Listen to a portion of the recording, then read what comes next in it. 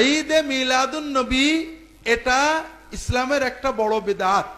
ইসলামের প্রথম 600 বছরে এই শব্দটা আপনারা পাবেন না। রাসূলুল্লাহ সাল্লাল্লাহু আলাইহি ওয়াসাল্লাম থেকে সাহাবীগণ 600 বছর সিরাতুন নবী, সাহাবী তাবী, চার ইমাম আবু হানিফা, আমাদের আব্দুল কাদের জিলানী, ইমাম গাজালি সহ সবাই, তারা কেউ মিলাদুন নবী পালন করেনি, সিরাতুন নবী পালন উদযাপন আলোচনা করেছেন এবং সারা বছর। এই জন্য রবিউল আউয়াল মাসে ঈদে মিলাদুন নবী পালন করাটা ইসলামে প্রবেশ করেছে রাসূলুল্লাহ সাল্লাল্লাহু আলাইহি ওয়াসাল্লামের ওফাতের 600 বছর পরে। তবে রাসূলুল্লাহ সাল্লাল্লাহু আলাইহি ওয়াসাল্লামের মিলাদ পালনের সুন্নত পদ্ধতি হলো মিলাদ দিন না বার, সোমবার প্রতি সপ্তাহে।